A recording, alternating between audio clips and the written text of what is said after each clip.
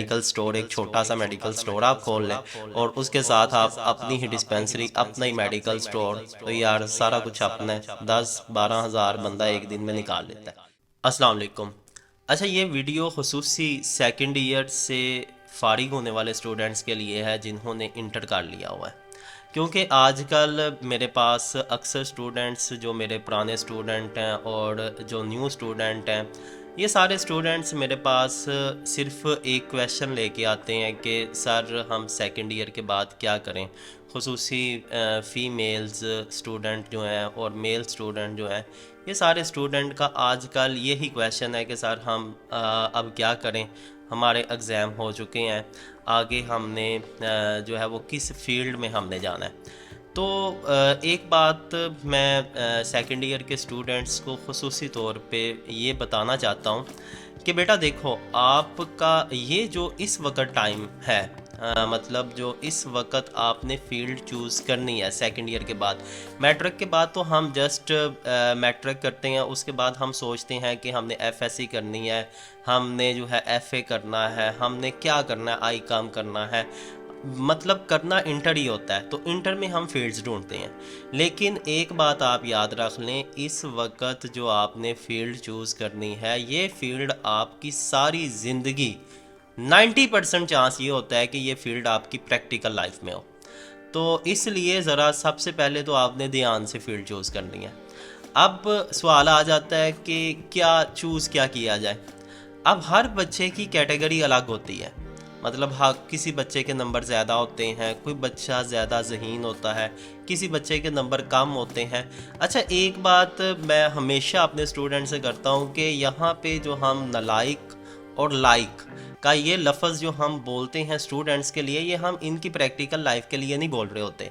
हम ऑब्ज़र्व करते हैं कि बड़े सारे स्टूडेंट ऐसे होते हैं जो स्टडी में बहुत अच्छे होते हैं, लेकिन प्रैक्टिकल लाइफ में वो बिल्कुल नाकाम हो रहे होते हैं। और बड़े सारे स्टूडेंट्स ऐसे होते हैं जो स्टडी में बस आए गए, जो है वो कॉलेज जा रहे हैं, लेकिन उसके बाद अपनी प्रैक्टिकल लाइफ में वो लाखों रुपए कमा रहे होते हैं। तो ये हर स्टूडेंट को अल्लाह पाक ने उसका जहन दिया हुआ है, और हर स्टूडेंट अपने माइंड के हिसाब से सोचता है, हर बंदा अपने माइंड के हिसाब से सोचता है कि उसने क्या करना है। लेकिन बच्चों को ये चीज़ समझाना ज़रूरी होती है, क्योंकि आजकल जो हमारे पास स्टूडेंट आ रहे हैं, उनको मेन पाकिस्तान में रह के हमें यही नहीं पता होता कि हमने करना क्या है, आगे आगे किस फील्ड में हमने जाना है। इसकी मेन रीज़न ये है कि हम कभी सोचते ही नहीं कि हम किस काम के लिए बनाए गए हैं। मतलब हमारे अंदर कौन सा ऐसा स्किल है जिसकी वजह से हम कामयाब हो सकते हैं। अब मैं आपको बड़ी सारी फील्ड्स बताऊंगा यहाँ पे बैठ के कि आप ये भी कर सकते हैं, लेकिन मैं आपको साथ ये भी बताऊंगा कि कौन सा बच्चा इस फील्ड में जा सकता है। अब सबसे पहले आ जाते हैं मेडिकल की फील्ड में। तो मेडिकल की फील्ड में अगर आप देखें तो सबसे बड़ी डिग्री एमबीबीएस है। तो जिस बच्चे के नंबर बहुत अच्छे हैं, मतलब जिसके नंबर 1050 तक जा सकते हैं, उसके नंबर फर्स्ट ईयर में उसको पता है कि मेरे कितने नंबर हैं और अब मेरे कितने हो सकते हैं। अगर वो 1050 के राउंड बाउंड जा सकता है और उसकी बड़े अच्छे कॉन्सेप्ट हैं, ये बात भी आपने माइंड में रखनी है, बड़े अच्छे उसके अगर कॉन्सेप्ट हैं, तब वो एमबीबीएस की तरफ आ जाए, उसकी एमडी कैट की तैयारी करे बेटा। क्योंकि एमडी कैट की तैयारी में आपको पता है बहुत ज़्यादा मेहनत करनी पड़ती है, हम अपनी बहुत ज़्यादा एनर्जी वेस्ट करते हैं। इसलिए ये जो 700 नंबर हैं, 600 नंबर हैं, इसके बाद अगर आप कहते हैं कि मैं एमडी कैट की तैयारी करने बैठ गया हूँ, तो मेरे ख्याल से आप टाइम को वेस्ट कर रहे होते हैं। हमारे लिए सबसे इम्पोर्टेंट चीज़ जो होती है वो टाइम होता है। तो इसलिए ये अगर हम इस टाइम को, ये हमारा सेकंड ईयर के बाद वाला जो टाइम होता है, अगर हम इन 1-2 साल को ऐसे ही ज़ाया कर दें तो सारी ज़िंदगी हमें ये वाले साल कभी वापस नहीं मिलते, और दूसरे नंबर पे सारी ज़िंदगी हम पछताते ही रहते हैं कि ये हमने कर क्या दिया है। तो इसलिए आपके अगर आपको लग रहा है कि आपके कंसेप्ट बहुत अच्छे हैं, आप एमबीबीएस में जा सकते हैं, तब आप उस फील्ड को चूज़ करें। हमेशा याद रखें, इंसान को फैक्ट को देखना होता है।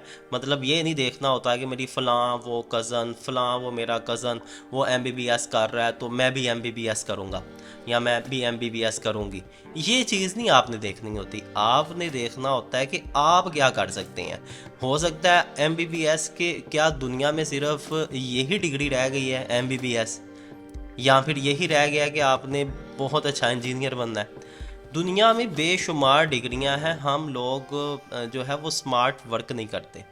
और एक बात और आप अपने माइंड में रखें कि यहाँ पे जो भी हम डिग्री करने की कोशिश करेंगे, हम ये नहीं सोचेंगे कि हमने इसकी जॉब करनी। आपने कोशिश ये करनी है कि आप उसके अकॉर्डिंग बिजनेस करें, आप अपना काम, क्योंकि जॉब्स तो पाकिस्तान में इस वक्त है ही नहीं। इतने सारे लोग बैठे हुए हैं जिनको जॉब्स नहीं मिल रही। तो इसलिए अगर आप भी उन्हीं की तरह आके बैठ जाएंगे, सबसे बड़ी गलती आप ये करेंगे। आपको ये गलती नहीं करनी है। हाँ, MBBS आप उस वक्त चूज़ करें जब आपके 1050 तक नंबर हैं। उसके बाद आप सोचते हैं कि आपके कंसेप्ट बहुत अच्छे हैं, फिर आप MD कैड की तैयारी में, अदरवाइज़ ना अपना पैसा ज़ाया करें इन फ़ीसों के ऊपर। आपको पता है MD कैड की तैयारी में बहुत ज़्यादा ख़र्चा हो जाता है, तो अपने फजूल में आप पैसे ना ज़ाया करें। दूसरे नंबर पे आ जाता है, अगर आपके नंबर थोड़े कम हैं और आप एक दफ़ा आपने अटैम्प्ट कर लिया, आपने MBBS की कोशिश कर ली, आपने ट्राई कर लिया, तो आपका वहाँ पे एडमिशन नहीं हुआ, तो आपको शौक है कि आपने मेडिकल की फ़ील्ड में जाना है, तो आपने इसमें, खसूसी ये गर्ल्स के लिए है, लड़कियों के लिए है, तो आपने इसमें घबराना नहीं। सबसे पहले हमारे पास एक फ़ील्ड है नर्सिंग की। पाकिस्तान में रहते हुए ये बहुत अच्छी फ़ील्ड है। अब नर्सिंग की फ़ील्ड में अगर आप जाते हैं तो आपको पता है कि अगर 1000 तक नंबर हों तो इस वक्त 950 से लेके 1000 तक तो नर्सिंग में एडमिशन हो ही जाता है। और हर साल बहुत ज़्यादा वैकेंसीज़ आती हैं सरकारी हॉस्पिटल में। आपको मैं प्राइवेट हॉस्पिटल का मशवरा नहीं दूंगा, या प्राइवेट आपको कॉलेज का मैं मशवरा उस वक्त दूंगा जब आपके पास पैसे हैं, आप समझ सकते हैं कि आप प्राइवेट कर सकते हैं तो आप करें।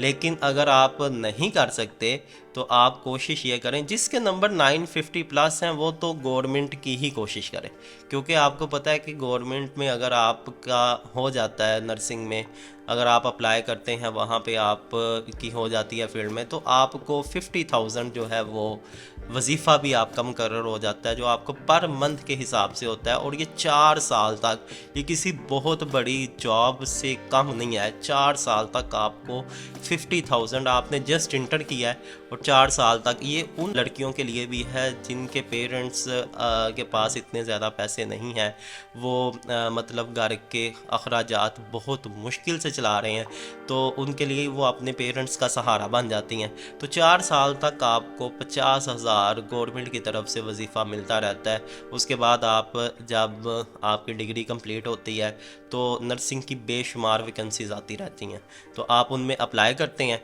उसमें भी आपकी अच्छी जॉब हो जाती है। मतलब ये 16 स्केल की जॉब है, वहाँ पे आपकी सैलरी इसी के अकॉर्डिंग बढ़ती रहेगी, एक अच्छी लाइफ होती है ये। दूसरे नंबर पे आ जाता है बॉयज़ के लिए। अब बड़े सारे लड़के ये सोच रहे होते हैं कि सर मुझे जो है ना वो मेडिकल में जाने का बड़ा शौक़ है, लेकिन मेरे नंबर कम है, मैं अब क्या करूं? तो बेटा आप थोड़ा सा स्मार्ट वर्क करें। देखें, अगर आप नंबर आपके 500-600, अब 500-600 नंबर वाले बच्चों को भी बड़ा शौक़ होता है कि उन्होंने मेडिकल में जाना है। आपके नंबर है 500-600, तो आप बच्चे, आप ऐसा करें, आप डिस्पेंसरी का कोर्स कर लें या आप OT का कोर्स कर लें। आपको 1 से 2 साल लगेंगे, उसके साथ आप कैटेगरी B कर लें। अब कैटेगरी B का आपको पता है कि आपको उसका लाइसेंस जब मिल जाए तो आप एक मेडिकल स्टोर बना सकते हैं। तो मेडिकल स्टोर आप इवन के आप उसके लाइसेंस को वैसे भी किसी को रेंट पे भी दे सकते हैं। बड़े सारे लोग होते हैं जो रेंट के ऊपर ये लाइसेंस ले लेते हैं, तो उसमें भी आपको जो है वो 15-20 हज़ार पर मंथ आना शुरू हो जाता है। लेकिन ये वाहद डिग्री है जो कि आपको पे करती है, और कोई डिग्री नहीं जिसमें ये डिग्री है जो आपको बगैर मेहनत भी, मतलब आपने अगर डिग्री काट ली है तो बगैर मेहनत भी आपको ये पे करेगी। इसके अलावा कोई और डिग्री नहीं है। तो आप अगर डिस्पेंसर का और साथ कैटेगरी बी का, अब सिंपल सी मैं बात बताता हूँ, आप अच्छी अगर ट्रेनिंग करके आते हैं, मेन बात यहाँ पे स्किल की आ जाती है। आप बहुत अच्छी ट्रेनिंग करके आते हैं, आगे आप अपने गांव में, अपने मोहल्ले में एक छोटी सी डिस्पेंसरी खोलते हैं, साथ आपने कैटेगरी बी किया हुआ है, एक और साथ दुकान लेके वहाँ पे आप मेडिसिन वगैरह रख लेते हैं, आपका अच्छा रिजल्ट चलेगा, उधर से भी चलेगा, और आपको सिंपल एक यानी कि हल्की भी डिस्पेंसरी है, वो बंदा भी एक दिन के 30 पेशेंट तो देख लेता है। एक पेशेंट से वो 200 रुपये तो लाजमी लेते हैं, या 100 रुपया भी लेते हैं, 150 ले लेते हैं, और सीधा सीधा इधर उसका 3-4-5 हज़ार रुपये यहाँ से आ जाएंगे, 5 को हज़ार इधर से आ जाएंगे। और अगर आपकी 8-10 हज़ार आप एक दिन की अर्निंग कर रहे हो, तो एक मंथ की आपकी जो अर्निंग है वो कहाँ पे जाती है? मतलब अगर आपकी 10 हज़ार रुपये एक दिन की अर्निंग है, तो इसका मतलब है आप 3-4 लाख रुपया। तो ये किसी भी पाकिस्तान में कोई भी ऐसी जॉब नहीं है जो आपको इतने पैसे दे। इवन के MBBS वाला बंदा भी अगर जॉब कर रहा होगा ना, वो 50-60-70 हज़ार रुपये कमाता है, और उसके बाद वो जितने भी दूसरे तरीक़ाकार होते हैं, आपको पता ही है कि मेडिकल रैप, ये वो मेडिसन से, वहाँ से उनकी अर्निंग होती है। लेकिन ये आप याद रख लें कि अगर आप इसमें आपकी ट्रेनिंग बहुत अच्छी है तो आप यहाँ से भी बहुत अच्छा कमाएंगे। डिस्पेंसरी आपने डाली है, या आप OT का कोर्स करेंगे तो फिर तो आप कहीं पे जॉब करेंगे। इससे अच्छा है कि आप डिस्पेंसरी का कोर्स करें, साथ आप कैटेगरी बी लाजमी कर लें। कैटेगरी बी आप करेंगे तो आप मेडिकल स्टोर, एक छोटा सा मेडिकल स्टोर आप खोल लें, और उसके साथ आप अपनी ही डिस्पेंसरी, अपना ही मेडिकल स्टोर, तो यार सारा कुछ अपना है। 10-12 हज़ार बंदा एक दिन में निकाल लेता है, 10-12 हज़ार नहीं भी निकालता, 7-8 हज़ार, और ये आपको कोई भी जॉब नहीं देगी पाकिस्तान में इतना पैसा। दूसरे नंबर पे फिर आ जाते हैं बड़े सारे, आपको पता है कि शॉर्ट कोर्सेज हैं। मैं हर कोर्स का आपको जो है ना वो आपको स्कोप बताऊंगा, लेकिन वीडियो ज़्यादा लंबी होती जाती हैं। फिर इस तरह बच्चे पास बैठे हों तो वो 3-3 4-4 घंटे बैठते रहते हैं कैरियर काउंसलिंग के लिए, फिर उनको हम बताते हैं कि क्या करना है, कैसे करना है। लेकिन यहाँ पे तो इतनी ज़्यादा लंबी वीडियो ज़ाहिर है वो उस हिसाब से हो जाती है। मैं आपको शॉर्टली ये बता देता हूँ। फॉर एग्ज़ाम्पल LHV का कोर्स है, लैब टेक्नीशियन का कोर्स है, और अगर आप जाते हैं किंग एडवर्ड मेडिकल यूनिवर्सिटी को आप गूगल पे सर्च कर लें, और वहाँ पे आप उनके BS के प्रोग्राम देखें, वहाँ पे आप उनके डिप्लोमे देखें, तो आपको पता चलेगा कि कितने ज़्यादा ऐसे डिप्लोमे हैं ये मेडिकल के बच्चों के लिए। अभी मैं इंजीनियरिंग की तरफ ने, इंजीनियरिंग की तो 101 फील्ड है, तो इतने ज़्यादा डिप्लोमे हैं क्योंकि मेडिकल के बच्चे सिर्फ आकर गिर जाते हैं MBBS में, तो उसके बाद उनको समझ ही नहीं आ रही होती कि उन्होंने करना क्या है। तो यहाँ पे इतने ज़्यादा आपको डिप्लोमे नज़र आएंगे, और वो फ़ायदेमंद डिप्लोमे है, वो ये नहीं और या कभी भी आपने ऐसा नहीं करना कि आप BS ऑनर जो है वो आप सब्जेक्ट्स में कर लें। ये मैं आपको कतन, मैं अपने स्टूडेंट को हमेशा कहता हूँ, BS chemistry, BS zoology, BS botany, इनको आप कतन ना करना। पाकिस्तान में इसका 0% स्कोप है, सिर्फ आके आपकी टीचिंग की जॉब रह जाती है, और टीचिंग की जॉब आपको इतनी ज़्यादा अर्निंग नहीं दे पाती कि आपका गुजारा अच्छा हो सके। हालांकि आपकी स्टडी इतनी ज़्यादा होती है, आपने इतनी मेहनत की होती है, इतनी मेहनत करने के बाद जब आप आते हैं तो आपको उस तरह से रिवार्ड नहीं मिलता, तो आप बहुत ज़्यादा मायूस होते हैं। इसलिए BS ऑनर के बाद MPhil करें, MPhil के बाद PhD करें, वो PhD के बाद फिर आगे 50 हज़ार सैलरी। तो इससे अच्छा ये है कि आप छोटे शॉर्ट कोर्सेज करें, स्मार्ट वर्क करें। स्मार्ट वर्क में ज़्यादा अर्निंग है, आप ज़्यादा पैसा कमा सकते हो।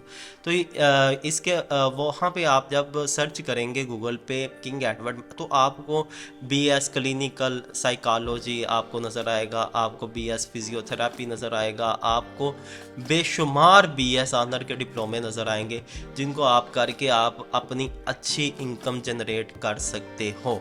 तो इन फील्ड्स में आपने कोशिश करना है कि आप जाएं। अच्छा, ये इसके अलावा मैं कोशिश करता हूँ कि मैं ना हर फील्ड को सेपरेटली अलग अलग करके, ताकि किसी भी फील्ड की वीडियो इतनी बड़ी ना हो और थंबनेल पे आपको नज़र आ जाए कि ये किस की वीडियो है, आप उसको देख सकें, इजीली आप उस वीडियो को देख सकेंगे। तो मैं वो सबको अलग अलग करके ना आपको बताऊंगा कि आप किस में जा सकते हैं। तो ये नर्सिंग की फील्ड है। इसी तरह ये फील्डें छोटी नहीं हैं, ये बहुत बड़ी फील्डें हैं जो आपको अच्छी इनकम जनरेट करके देती हैं। तो आप अपनी एनर्जी वेस्ट ना करें। एनर्जी वेस्ट करेंगे तो आपको बहुत ज़्यादा नुकसान होगा। यानी कि आप ये ना समझें कि ये छोटी डिग्री है, आप डिप्लोमे करके यार आप अच्छी इनकम जनरेट कर सकते हो।